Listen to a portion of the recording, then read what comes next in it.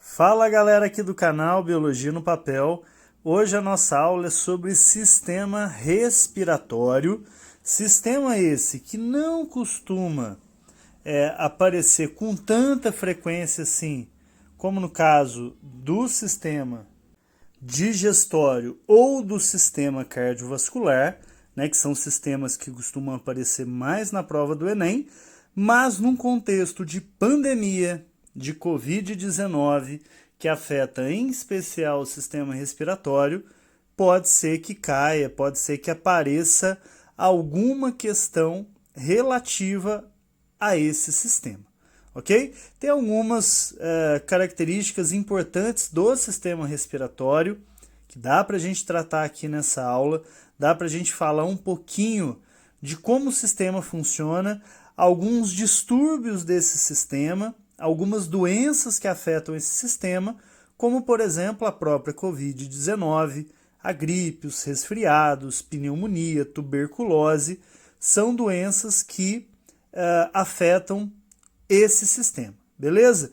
Então eu estou representando aqui a parte anatômica desse sistema, representei aqui as vias aéreas superiores, agora fazendo aqui um esquema dos pulmões, fazendo aqui um esquema dos pulmões, que são os principais órgãos do sistema respiratório. Beleza?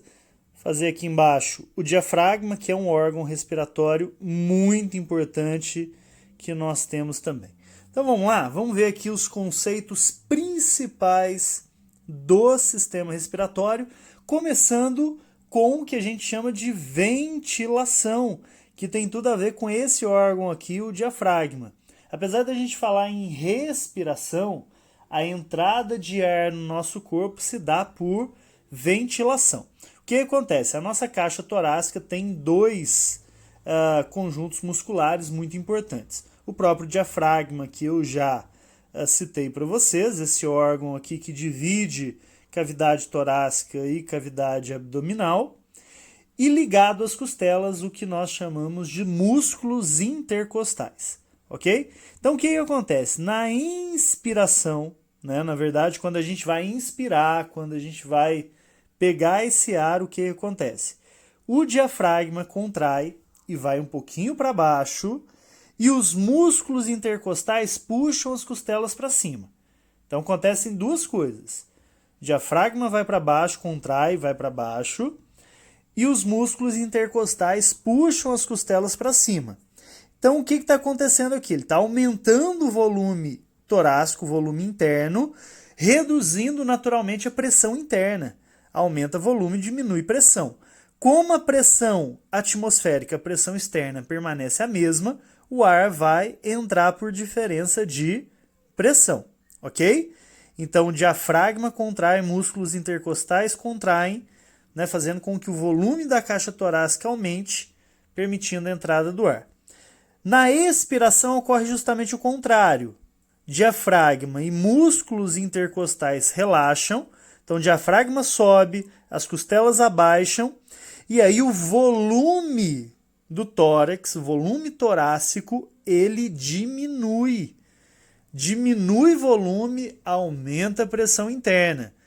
Então o ar vai sair. Como a pressão interna está maior, o ar vai naturalmente sair também por diferença de pressão. Olha que bacana, a gente ventila por diferença de pressão. Beleza? Bom, quando o ar ele vai entrar na inspiração, ele pode passar tanto pela boca quanto pelo nariz.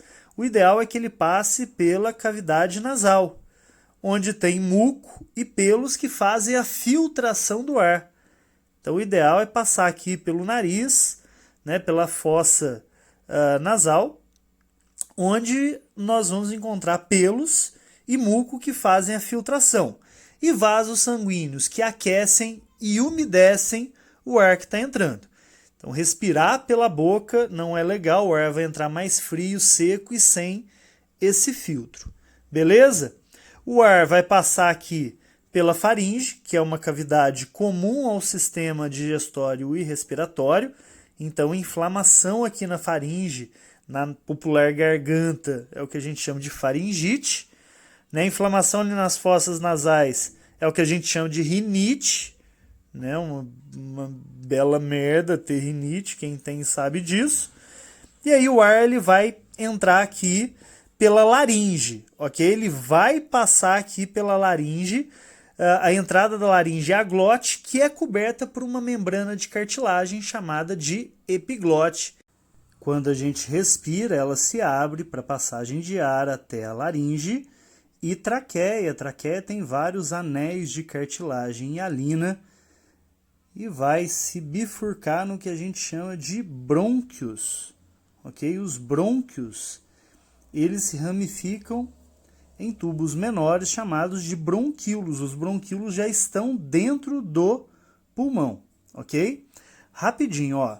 Inflamação na laringe, deixa a gente rouco, a gente chama de laringite. E inflamação a nível de bronquíolo, pode ser tanto uma bronquite, né, uma inflamação ali nos bronquíolos, né, pode ser causada por vírus, pode ser causada por cigarro, mas pode ser também asma brônquica ou bronquite asmática, que é uma inflamação alérgica, né, em que músculos pressionam os bronquíolos, impedindo a passagem de ar por eles. Aqui um bronquíolo que a gente chama de bronquíolo terminal, ele termina em várias bolinhas chamadas de alvéolos. Então é ali que vai acontecer de fato o que a gente chama de troca gasosa ou hematose, né? Um termo mais específico, ok? Nessas bolinhas aqui que nós chamamos de alvéolos. Cada pulmão tem mais ou menos 150 milhões de alvéolos cobertos ali por vários capilares sanguíneos, né? Porque é ali que vai acontecer a hematose, vai acontecer a troca gasosa. Qualquer problema nos alvéolos, o indivíduo perde a capacidade respiratória. Então, muitas infecções respiratórias ou destroem os alvéolos, como no caso da tuberculose, do enfisema pulmonar, ou então restringem a troca gasosa por excesso de secreção, como é o caso da pneumonia. Ok? Aqui vou aumentar o zoom para a gente observar um alvéolo. Então, essa bolinha aqui, com essa parede bem fininha, a gente chama de alvéolo. O que vai acontecer? Quando a gente inspira, o ar que chega até os alvéolos, ele é um ar rico em oxigênio. E o sangue que está passando dentro do capilar, ele é pobre em oxigênio. Então, naturalmente, o que acontece? O ar ele chega rico em O2, sendo que o vaso sanguíneo ali do lado, né, o capilar, tem pouco oxigênio. Então, naturalmente, o oxigênio ele vai se difundir para o sangue. Então, vai acontecer aqui difusão simples do oxigênio vindo em direção ao sangue, enquanto o vaso sanguíneo traz muito CO2 e o alvéolo pouco CO2. Então, o CO2 sai do capilar e vai para o alvéolo. Então, novamente, o oxigênio em maior concentração no alvéolo passa para o sangue. O CO2 em maior concentração no capilar, ali no sangue, passa para o alvéolo. Essa troca de gases, né, que é uma troca, né, por difusão, ela é chamada de hematose. Então, a hematose acontece ali dentro do pulmão, ok? Dentro dos alvéolos pulmonares. Beleza? Tranquilo? Bom, para nós fecharmos aqui essa aula, essa videoaula sobre o sistema respiratório, nós temos um órgão no sistema nervoso que controla a frequência respiratória. Nós estamos falando do bulbo. O bulbo controla também frequência cardíaca, controla várias ações involuntárias do nosso corpo. O que acontece? O controle da respiração é feito pelo bulbo. Como é que o bulbo faz isso? Quando nós entramos em apneia, quando a gente para de ventilar, quando a gente prende a respiração, o que acontece? naturalmente há um aumento na concentração de CO2, porque as células continuam a produzir CO2. Então aumenta a quantidade de CO2. Esse CO2 ele vai aumentar a acidez onde ele está. Por quê? Porque o CO2 ele reage com a água. Essa reação é muito importante vocês saberem. O CO2 ele reage com a água formando ácido carbônico. Então por isso que aumenta a acidez. Aumenta a acidez, o bulbo percebe isso e manda uma mensagem para o diafragma contrair. Então por isso que a gente não consegue prender a respiração por muito tempo, ok? O bulbo não deixa.